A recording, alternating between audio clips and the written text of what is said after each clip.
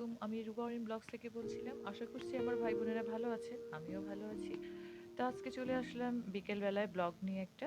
আর বিকেল থেকেই শুরু করছি। বিকেলে ওয়েদারটা খুব ভালো ছিল, মেঘলা মেঘলা আকাশ। আমি জানালার পাশে দাঁড়িয়েছিলাম আর সেজন্য একটু পিকটা তুললাম। তো চলে এসেছি একটা বিকেলে নাস্তা নিয়ে। বিকেলে নাস্তা তো করতে হবে, সেজন্য একটা ফ্রাই প্যান বসিয়ে দিলাম, কিছু পানি গরম করে নিলাম আর সেখানে কিছু তেল আর লবণ দিয়ে দিলাম। আর আমি নুডলসটা রান্না করব, নুডলসটা আমি ছেড়ে দিলাম এটা সিদ্ধ করার জন্য। তো যাই হোক, সিদ্ধ করে ফেলছি। আর এখন আমি আরেকটা ফ্রাই প্যান বসিয়ে দিলাম, সেখানে কিছু তেল আর অল্প কিছু কুচনো পেঁয়াজ দিয়ে দিলাম, একটু সটে করে নিলাম। তারপর আমি এখানে গাজর দিয়ে দিলাম, কুচনো গাজর। আমি এখানে আর কোনো সবজি অ্যাড করছি না, এখানে আমি কিছু চিকেন অ্যাড করব। আর চিকেনটা আমি একটু ম্যারিনেট করে রেখেছিলাম, আদা রসুনের পেস্ট আর সয়া সস আর টমেটো সস দিয়েছিলাম এটার মধ্যে, ছোট ছোট পিস করে করেছিলাম চিকেনটা। আর এটা আমি ভালো করে একটু ভেজে নিলাম আর কি, যেহেতু কাঁচা ছিল চিকেনটা। আর একটা ডিম নিয়ে নিলাম, আর ডিমটা আমি একটু স্ক্রাম্বল করে নেব, নিয়ে তারপর সবগুলোর সাথে ভালো করে ভেজে নেব। ভেজে তারপর আমি নুডলসটা ছেড়ে দেব।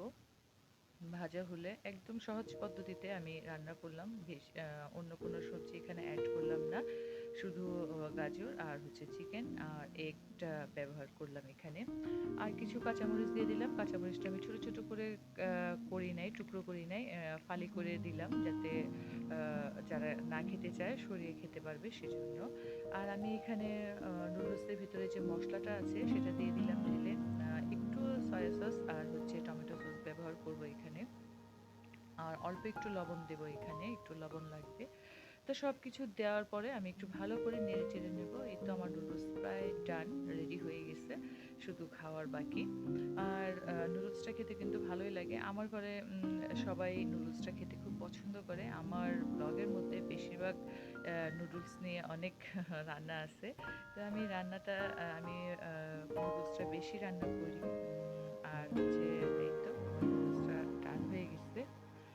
আর এই যে এখানে আমি কিছু পিঠে মানে পিঠে আপনাদের ভাইয়া নিয়ে আসছিল, তো একটু শক্ত হয়ে গেছে, সেজন্য আমি সেটা গরম পানির মধ্যে দিলাম নরম করার জন্য। আর এই তো হয়ে গেছে আমার। আর আমি এখন সার্ভ করে দিলাম, আপনাদের ভাইয়া আর আমার মেয়ে খাবে। তো যাই হোক, এটাই ছিল আমাদের বিকেলের নাস্তা। এই যে আপনার ভাইয়া খাচ্ছে। তো যদি আমার এই ছোট্ট ব্লগটি ভালো লেগে থাকে তাহলে অবশ্যই ফ্যামিলি এবং ফ্রেন্ডসদের সাথে শেয়ার করবেন। আর বেশি ভালো লাগলে অবশ্যই একটা সাবস্ক্রাইব করবেন। ছোট্ট একটি ব্লগ দিলাম, যদি ভালো লেগে থাকে তাহলে অবশ্যই সবাই দেখবেন। তো আজকে এখানেই বিদায় নিচ্ছি। আসসালামু আলাইকুম।